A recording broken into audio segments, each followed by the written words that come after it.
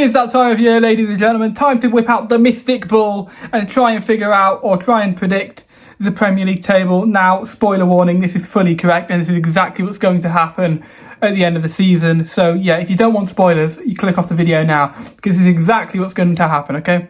There's no debate, okay? I'm just going to get straight into it. We're going to go from 20 to 1 and I'm going to be bang on. This is exactly what's going to happen. 20th place. I'm going to be honest, I don't know if they even finished 20th. They might come 21st. I'm going with Hull City. Do Hull actually win a game? Is the first question I'm going to have on the agenda today. Because I look at their team and, you know, it's a bit like throwing a 2-month-old baby into the deep end of a swimming pool. Forget a swimming pool, into the ocean. It's not going to survive very long. Sooner or later, it's going to get eaten by that shark. And that's what's going to happen with this Hull team. It's not a Premier League team. They've got promoted a bit too early, to be honest with you. Sometimes promotion comes early. That's one thing I've learned from Football Manager. You get promoted too early, you could be in a bit of a tricky problem. I look at their business and I'm just not overly sold on it, you know what I mean? I like the goalkeeper coming in from Greece, I think he's alright. Like they've signed up players like Dahl, who were linked with championship clubs, and will he be able to cope with the Premier League? Signed Jack Butland, I mean, 10 years too late on that one. Matt Targett at left back, to be honest, I'd rather hit the target at left back. You'll probably win a game, that'd be nice. You'll beat like Coventry at home or something. But yeah, you're breaking the points record and you are whack. You are the worst team to ever enter this division and it's going to show. 19th now, and I don't want to do this. They've got a decent manager. They're a decent, nice little vibe, but Coventry, you're coming 19th. I'm sorry, okay? Don't shoot me. Don't shoot me. But I'm getting serious Burnley vibes. I'm getting serious Burnley under Vincent Kompany vibes. Got a decent coach, but I'm not sure your football is going to translate too well. I just think you'll struggle to adapt to the Premier League, and that's why I put you 19th. I like the signing of Tayo Awoniyi. Obviously helped Forest stay up when they got promoted, and I feel you've got a better chance than Hull by an absolute mile. And to be honest, I'm going to stick to my guns. You're 19th for me. I get Burnley vibes. I'm going to be honest. I've seen this before. Team walks the league, and you think they're going to be all fine in the Premier League because they play this nice, attractive football.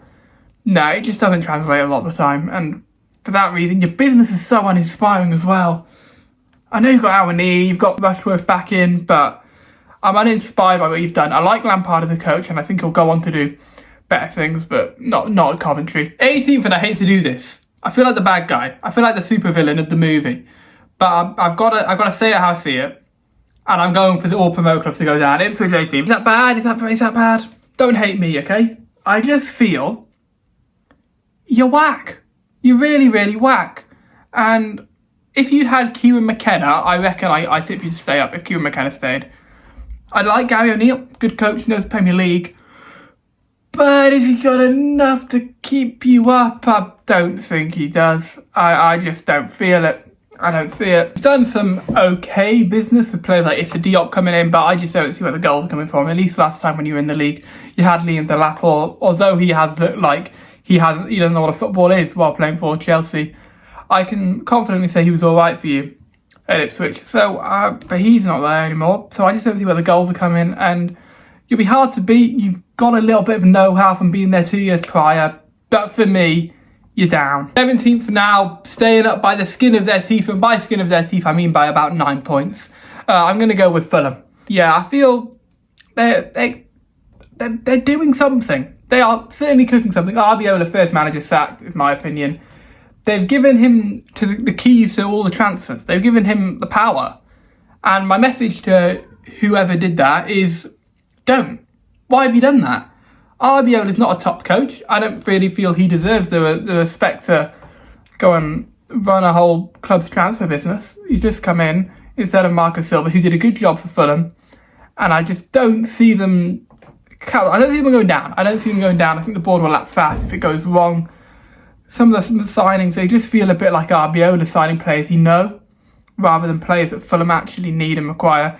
And also the loss of the duo of Raul Jimenez and Harry Wilson is so big. You know, that was the best season of Harry Wilson's career. He was really playing well. Raul Jimenez, although you'd always go, oh, they could probably do a bit better, he'd always find a way to get a few goals. Both of them gone. Although I think it was the right time for Jimenez to move on.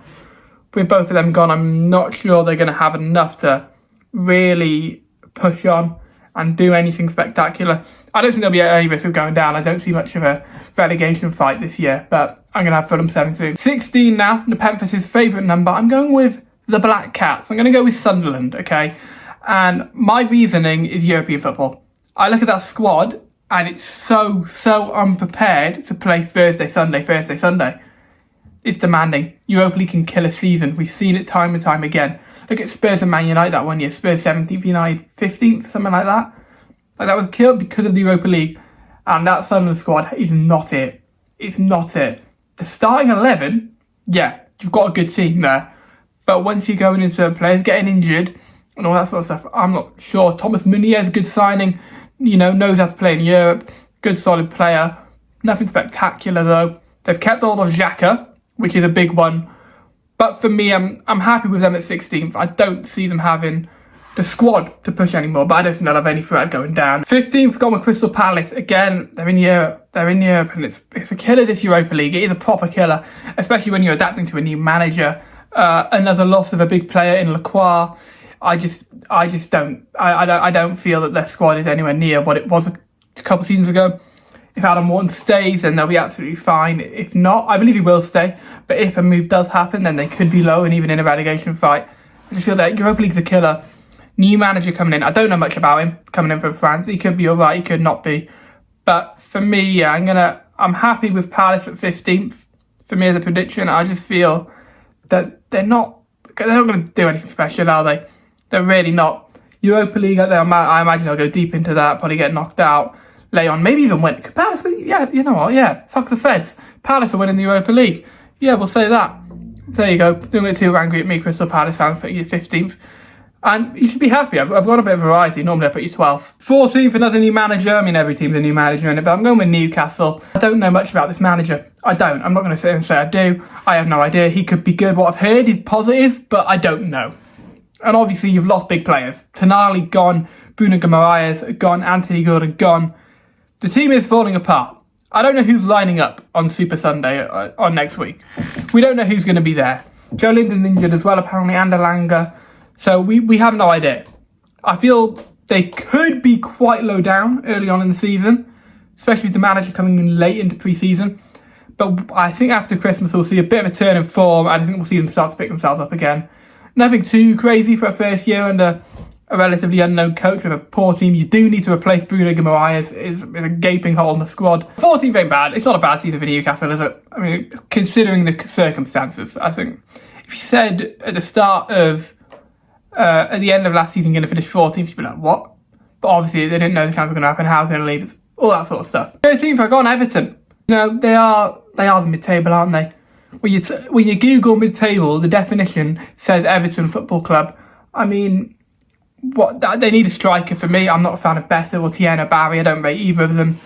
I feel they got a solid core, you know, Pickford and goal, Tarkowski, Branthwaite at the back. I like the signing of Hayden Hackney. I think he's a decent little player.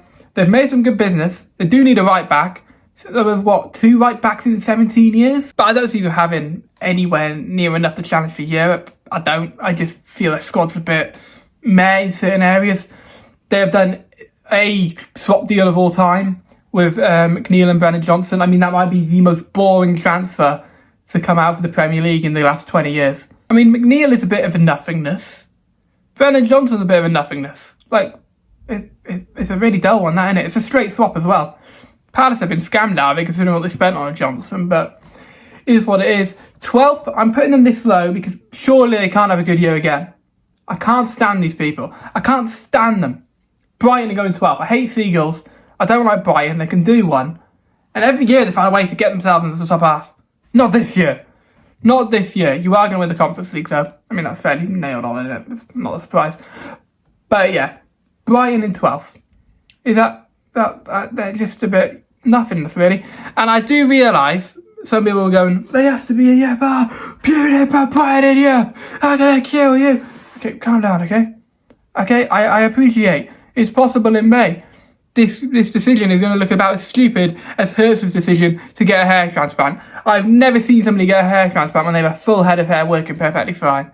But each their own, I guess. My teeth almost died. 11th, I've gone with Leeds. Yeah, my voice is dying now. My God. The problem with Leeds is I just feel Not necessarily a problem, because 11th is a good year for Leeds. I just feel that Daniel Farke may be a problem. I'm not sure about Farke.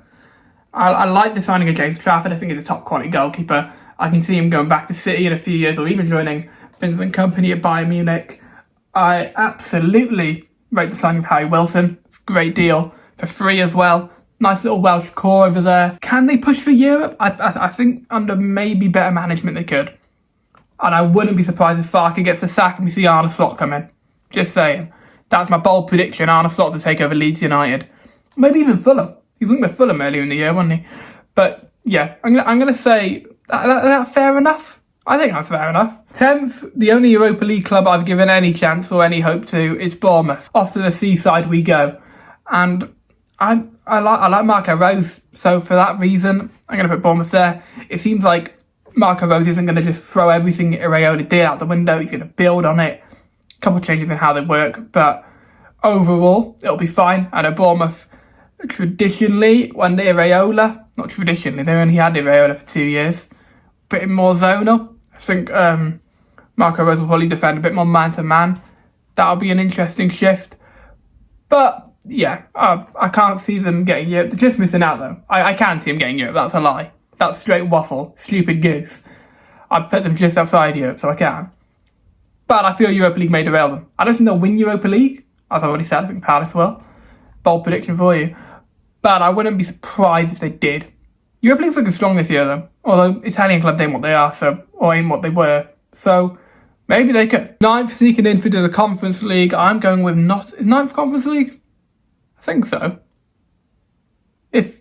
Assuming... I don't know. There's too many. 9th, I got Forest. Yeah, Oliver Glasner's a very good coach. I like the signing of Diamonde. Really nice. Still about Awoniyi. Will they miss out on him? Not too much compared to what they would have a few years ago. With Chris Wood and Igor Jesus. Then obviously have lost Elliot Anderson. That's a big one, no denying that. Gonna need to replace him.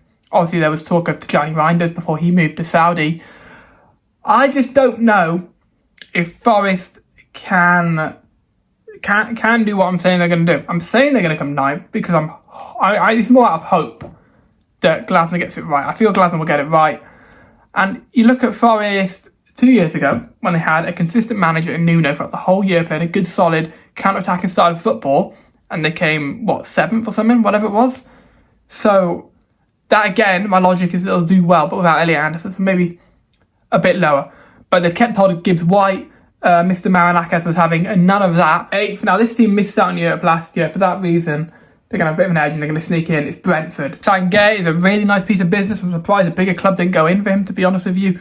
Brentford, they always get it right in the market. You know they're going to get it right. And I'm confident with them. I don't like Keith Andrews. I've said it before and I'll say it again. I don't like set-piece coaches. But the game's moving on. I've got to accept these things, you know. Sometimes things change. You've just got to accept it. You know, as Gary Neville once said 20 years ago, you go to a restaurant, you get a piece of bread, you just get a lump of butter. Now you get olives and all these little oils and stuff. It's just how time moves on. You've got to accept it.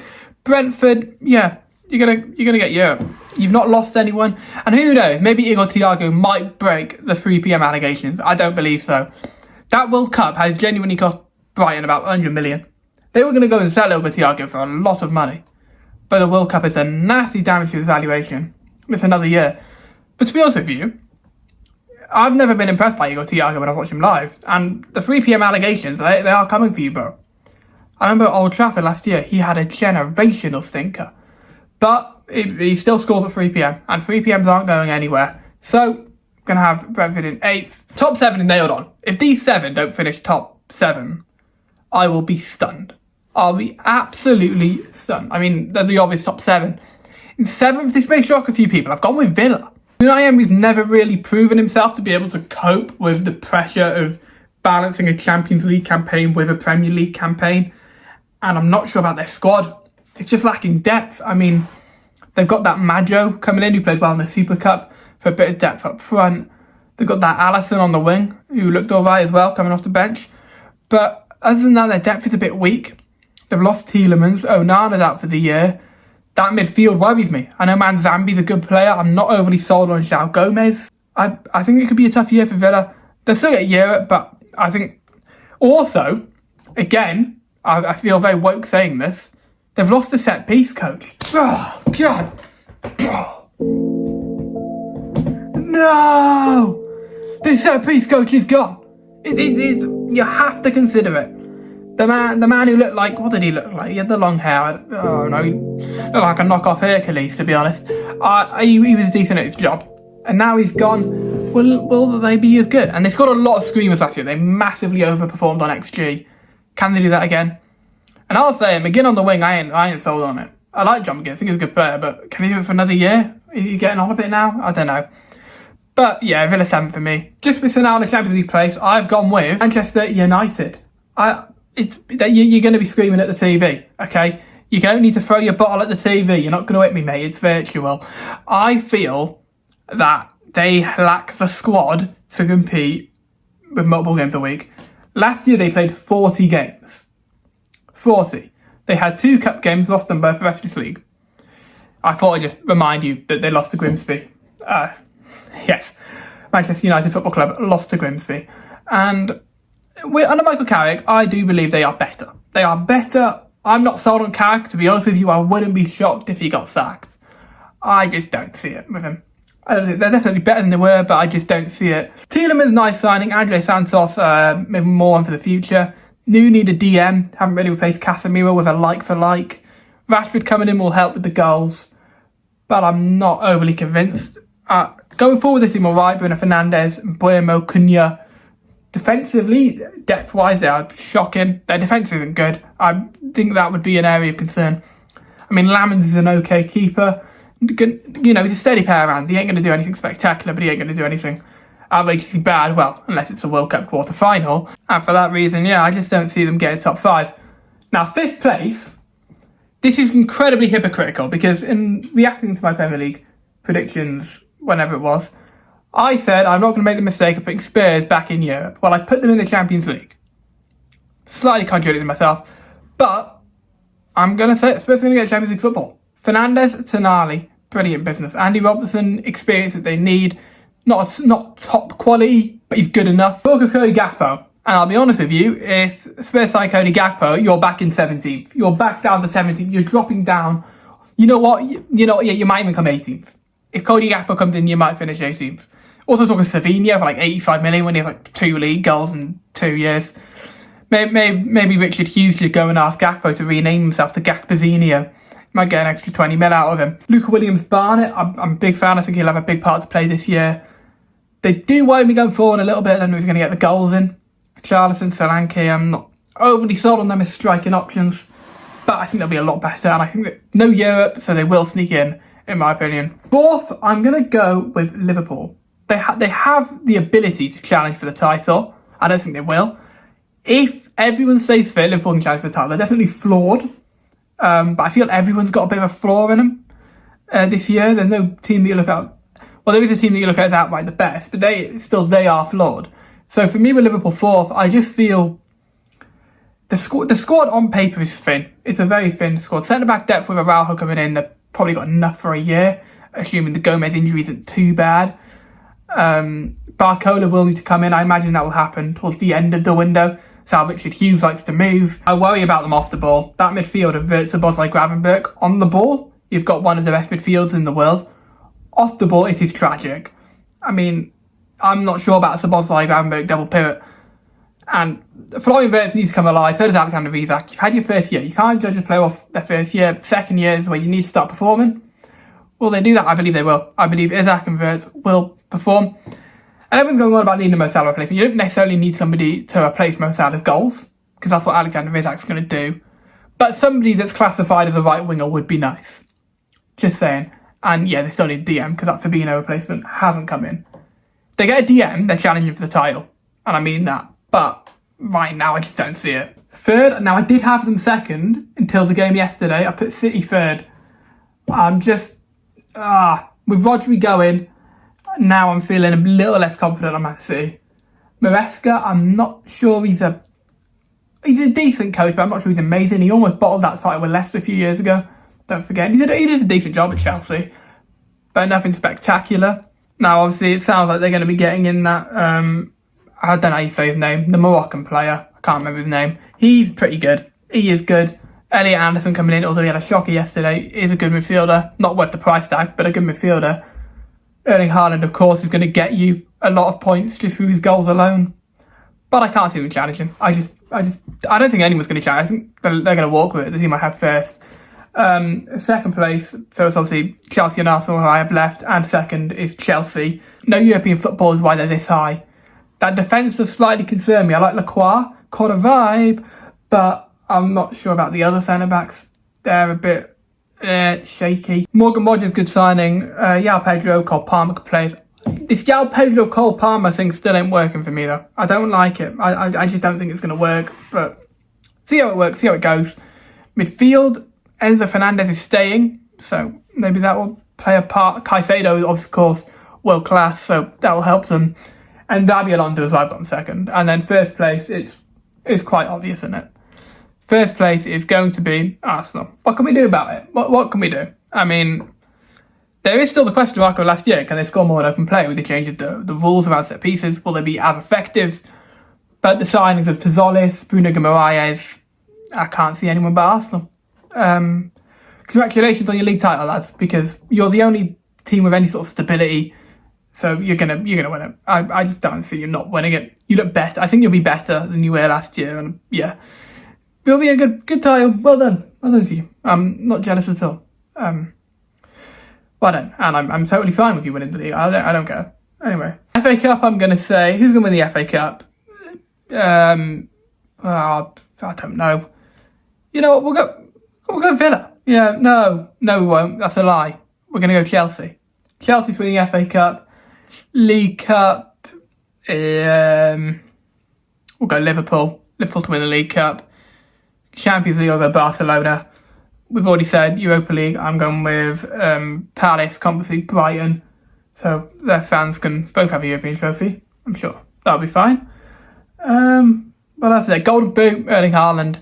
You know, we're better off predicting second place in the Golden Boot. So I'll give you Alexander Isak, second place in the Golden Boot. Playmaker Award, I will go with a nice, cheeky little... would it be an Arsenal player? I don't know if it'll be an Arsenal player. No, probably not. I don't know. I'm going to get Playmaker Award, to be honest with you. I don't care either. It's Bruno Fernandes. It's lazy, but sure. Golden Glove, David Raya. Player of the Year will be... Will it be Bruno? Could it be Bruno Guimaraes? I think that's a fantastic signing. I'm going to go Bruno Guimaraes, Player of the Year. Or do we go with it? No, Bruno Guimaraes, also going to win it. Manager of the Year, I will go with Xabi Alonso. And Young Player of the Year can be whoever you want it to be. I don't care. Let's be fun with it. Let's have a little bit. Okay, not Young Player of the Year, because Young Player of the Year is literally it's a stupid award.